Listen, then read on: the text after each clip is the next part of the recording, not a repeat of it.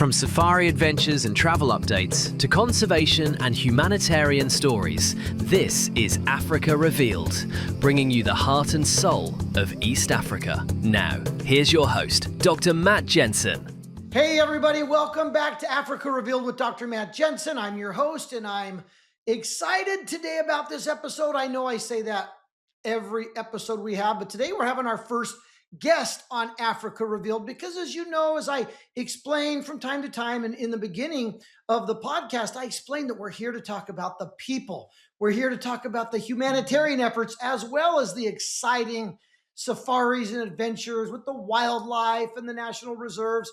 But today I'm excited to welcome my special friend. We even consider ourselves brothers, even though I'm old enough to be his father. But I am here with the great Geofrey Okeny. Now, Geofrey Okeny, I'm going to give you a quick bio or just a quick bit of information about Geoff.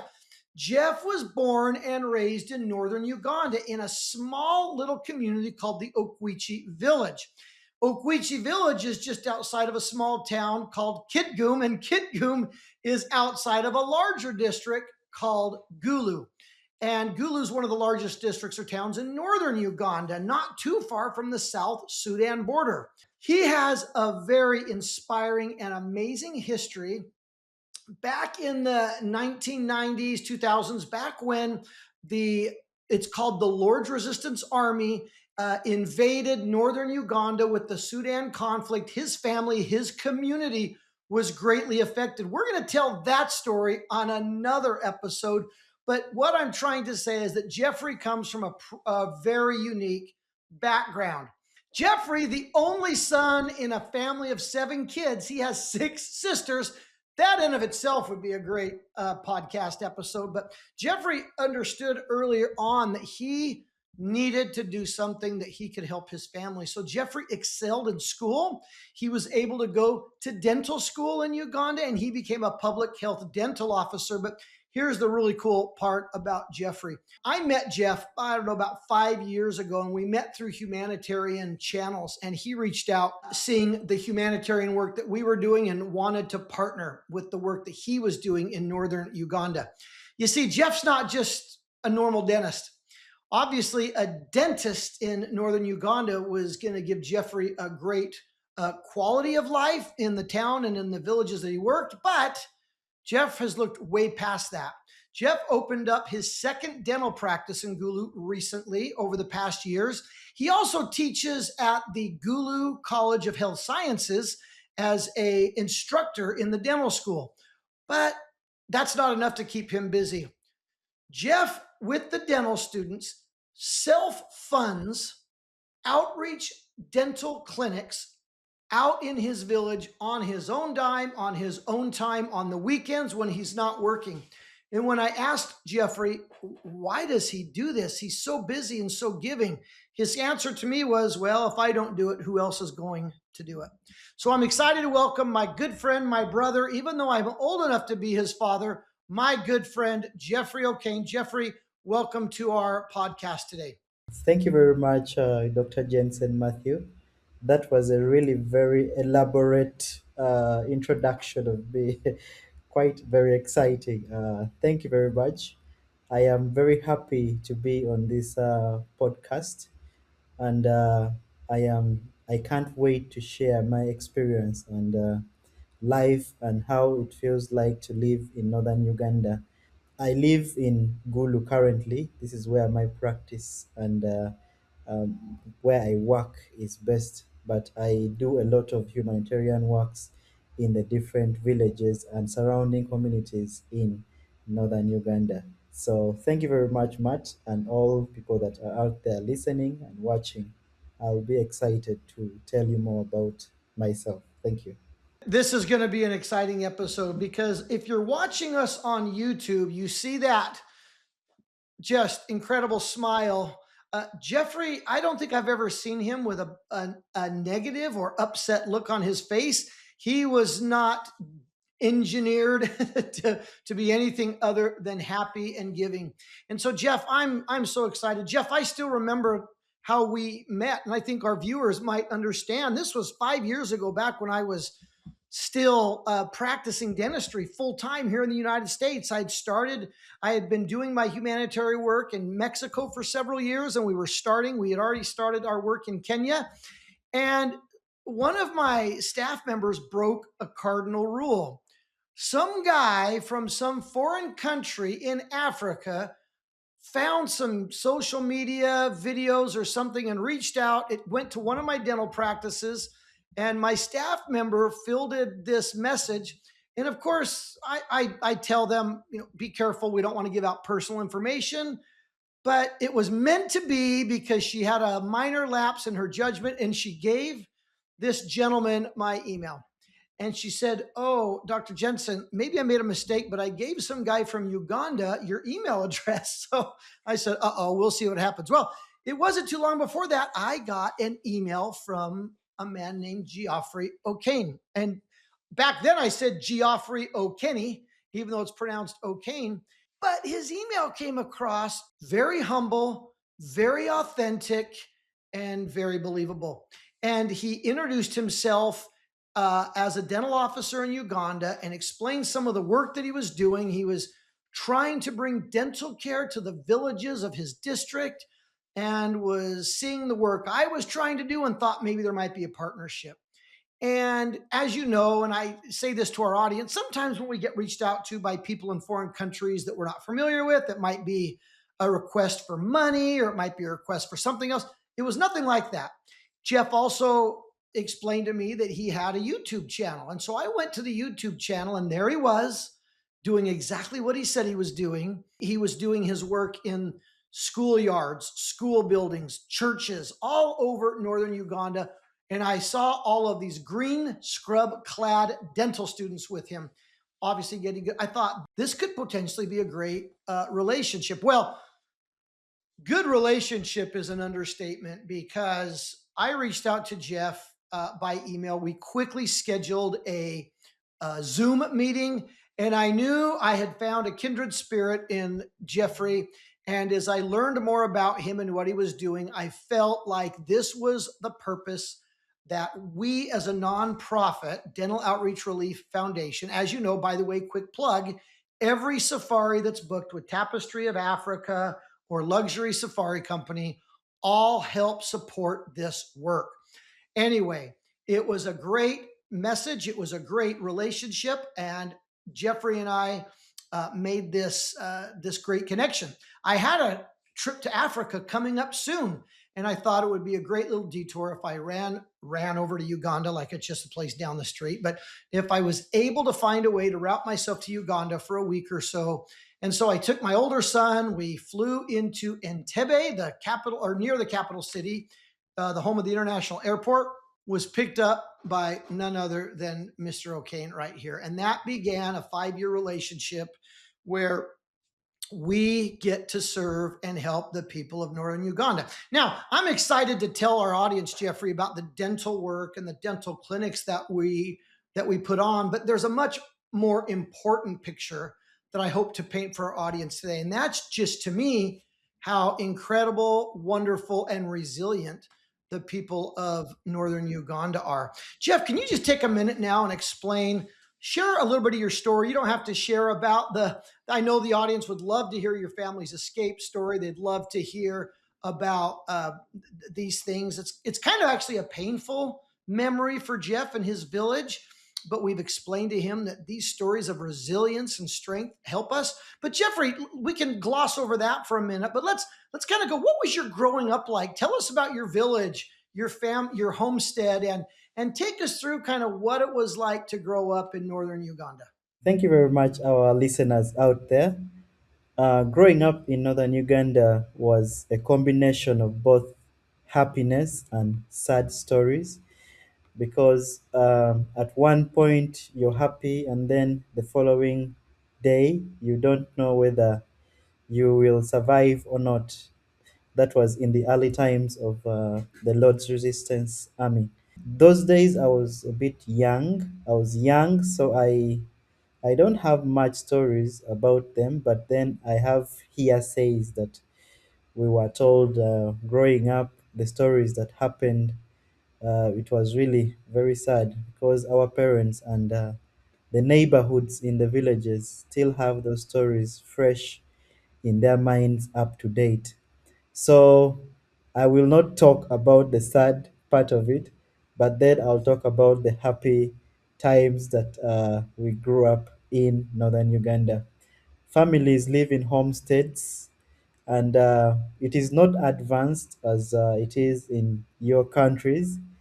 We live by the bare minimum. We survive with what we have.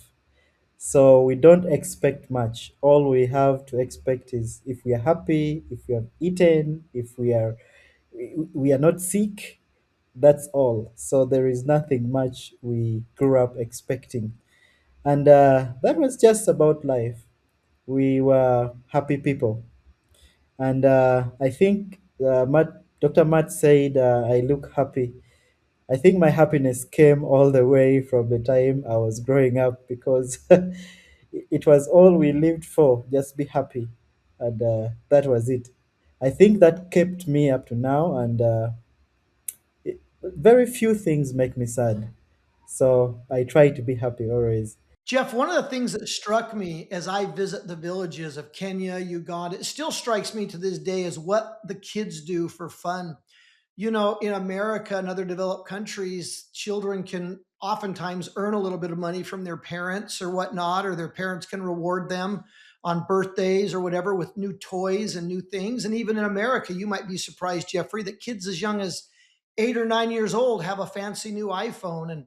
And the way of means in the US is much different than places like Uganda. But one thing that struck me was what the young kids do for fun. They don't have oftentimes money or the ability to go to a store where they can buy brand new toys, do they? So I have seen some of the most amazing toys and games and crafts that the children make. I remember one day a child took a rope. It was either a rope or a long piece of wire.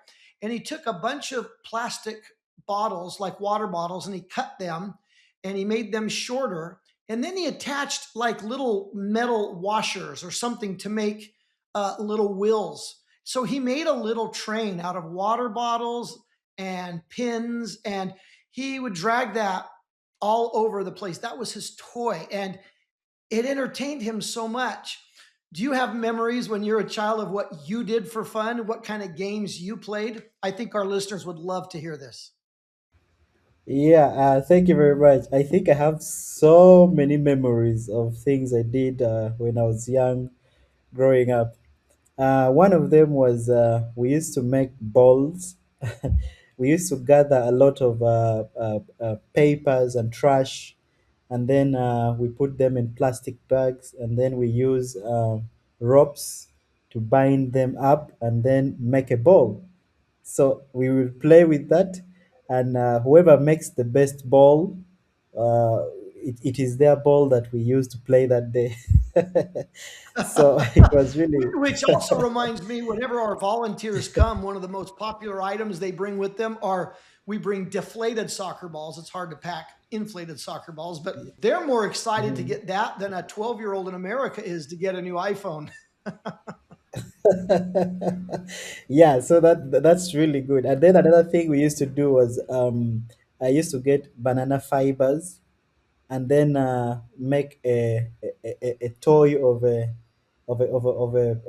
person, like make a toy from it of a person, something that looked like a person but it Like wasn't a a little person. doll. And yes, like a doll. And we would just go get banana fibers from any banana plantations around, and then make them up. We would also skip ropes. We would have like three people, one person at one edge, one person another edge, and then we do the rope skipping. But then our ropes would be made out of banana fibers, not the original ropes. And then I used to also make Amazing. toy cars using wires. So we would have a lot of aluminium wires thrown as trash, so pick them and then make a toy car out of it. So then we would get for the tires, we would get slippers. Do you know what slippers are, Matt? Oh, I think when you say slippers in America, we call them flip flops. Yes. So we'd cut them round to represent tires. So we'd put them for tires. So they would really look so cool on our toy cars. So this is what inspires me about the people, because what you described, Jeff, is what I continue to see today. Whenever I'm in the villages, which is throughout the year, I see happy children finding things around them to make them happy. They make their own toys, they make believe. Like you said, they make their little action figures or their little dolls, they make their trains, they make their balls, and they are so happy with everything that they have and they do. And that's one of the most inspiring things that I see when I visit the villages of Uganda and Kenya, and the happiness that they have day to day. And I say this with great sensitivity and great respect. As Americans, I often hear from our volunteers that when they go to these villages, they're shocked by how happy the people are because they compare the things that we have versus the things that they have. And I'm often to say, you know what? The human heart is the same no matter whether you're in Uganda or in the richest neighborhood in the United States. And there are things that bring us joy. And I don't know what it's like to live in a multi-billion-dollar estate. I don't know what it's like. What I don't know can't really affect me. And I think, again, I say this really sensitively, is that the human heart and the spirit of resilience and dedication is the same, even when there's no stores to buy a brand new soccer ball. Right, that's true. I agree with that. That's completely very true. And because if you can't access some things, if you can't get them, then why not create your own happiness by creating something that is similar to what is there? So I think that's very true. I agree with that. Before we get into your dental career, let's move forward in time a little bit. So, Jeff, you enter secondary school or high school, and you start thinking about dentistry. What inspired you to want to become a dentist? And at that time, did you know that you would use your skills and your education to give back and to serve the communities? During that time, I remember when I was applying to medical school, I had three choices to pick from. I had general medicine, I had pharmacy, and then I had dentistry. In Uganda, we make choices before we apply. We apply for like a number of choices, and then the universities try to pick for us what our grades align with. And I remember when I was doing my application, I actually put dentistry as my third choice. I knew there was a need for medical care, and then I decided to uh, apply for medical courses, but then I didn't know which one exactly I would get. Getting back to your question, I would say it is destiny that took me to be a dentist. I would say God had predestined me to be a dentist because, much as I did the applications on three choices, I was given dentistry. So I took it up in good faith and I thanked God for having been given this course as a dentist.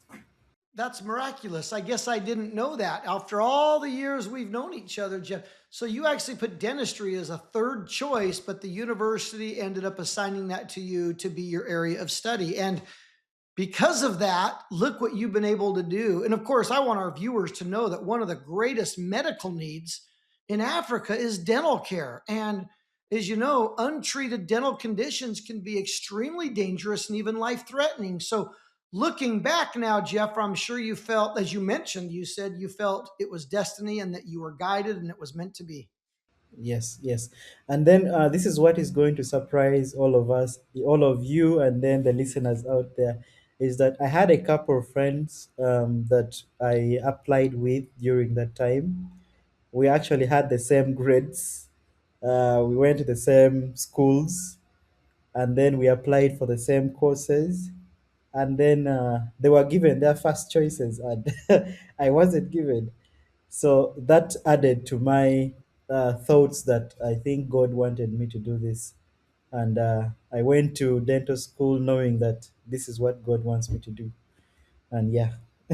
That's an amazing story, Jeff, and I'm glad you shared that with us because I see the great joy that you have in providing these dental camps and dental care for the people. In the few minutes that we have left, because this is actually going to be a two-part interview, we're gonna air two different parts of this. But let's talk now about the villages around northern Uganda. Tell us what a typical village consists of. Is it a brick house? Is it a mud hut? What do the people do for food? What do they do for work? And what are some of their challenges? So let's start off with what is daily life like, living conditions and jobs, and then we can get into the other questions. A typical village in Uganda or northern Uganda majorly consists of grass thatched houses. Um, People mold their own bricks and then use mud to stack it up into a round looking house, and then they use grass to put a roof on it. And you'll realize that almost in every village you'll find that this is their kind of housing, and they usually live in homesteads. What I mean is they live in groups, a family, a dad and his brothers and sisters all live in a same sort of community, a same space. So you'll find houses in groups, different groups, and that is how they actually live. With what they do for to get money for a living is most people in northern Uganda are subsistence farmers, and they plant crops and then sell the surplus.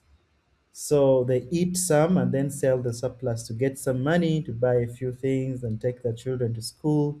So they don't live by much. So just the plantation, they have their own gardens and then they plant their own food and then sell the extra. That is how they survive. Healthcare system is quite basic and everything is just basic. It is not as standard as it is in urban setups. So you'll find that one village might not have any healthcare facilities, so they'll have to liaise with neighboring villages in order to get something very basic, like maybe just over-the-counter drugs. We might not have fully established hospitals yet, so people just a few people that have access can only access over-the-counter drugs. So when I say over-the-counter drugs is they just go to a drug shop where someone has set up a couple of drugs, and then if they feel pain, if they feel malaria, if they feel so they go to the drug shop and then buy these drugs and then take them. So that is just how basic the setup is. I want to back up and clarify something you said earlier. You said people mow their own grass. I need our users to know that they don't mow the grass, they cut it with a machete by hand, right, Jeff? There's no Yes, electric yes, powered yes. lawnmowers over there. And he said it, it's beautiful. They use stick poles from nature. They don't go buy them, and they do a kind of a straw mud mix to make their walls, and then these long grass thatch roofs. And it is what you think. And we're going to have some videos and some pictures during our YouTube episode where they can actually see. And Jeff, even your own village, your own family village, I've been there many times. Jeff lives, of course, in the bigger city where he works with his practice in the dental school, but his family, his uncles and family still live very close to each other, and they still grow cassava, avocados, mangoes. This sounds like heaven to a lot of our listeners, I think, Jeff, these fresh fruits and vegetables. Right, that's very true. Actually, every homestead has a lot of fruits, a lot of vegetables, a lot of cereals, a lot of legumes, all planted in their local gardens in the neighborhood. So You will be surprised to like a person like me. You would say I have the money, and then I can build maybe a better house. But it is just tradition that is how people have built up knowing, and then they are very comfortable with their housings. It costs 0 shillings, $0 to build that house, because everything is just gotten from the local community. The sticks, the grass, the mud, everything, the bricks are all molded using natural existing resources. So it costs nothing. And then I'll tell my listeners that uh, these houses are really very, very cool. It's not hot. They have like natural ACs. Yeah, So they do. Natural AC, yes. yes. So it's very good. So even if people leave and come to the urban areas, they still want to keep a piece of that tradition, that they might have the good house built next to the smaller grass houses, because they feel like that's still tradition and they love it that way. Yeah. So I've been, as I mentioned before, I've been to Geoffrey's village many times. I just adore his mother and father, his aunts and uncles, his cousins. They are a wonderful, wonderful community. And I'm going to share a lot of why that is in our next episode, because this brings us to the end of this episode. Is I hope you've been able to get a small glimpse of what it is like to grow up or to live in northern Uganda, the challenges that are there, but the amazing hearts and the amazing spirits of happiness and resilience that lie and live within these amazing people of Uganda. Thanks for joining us today at Africa Revealed. I hope this was an exciting episode for you to get a small glimpse into the wonderful people of Uganda. I hope that you won't go far, because our next episode, we're going to dive deeper into the humanitarian projects and work that Jeff and I are involved in. And it is inspiring, and it's some wonderful, wonderful stories that are involved. So thanks again for tuning in, and we'll see you next time right here on Africa Revealed with Dr. Matt Jensen. Thanks for listening to Africa Revealed. Join us again next week as we uncover more of the wildlife, wonder, and stories that make Africa unforgettable. Until then, adventure awaits.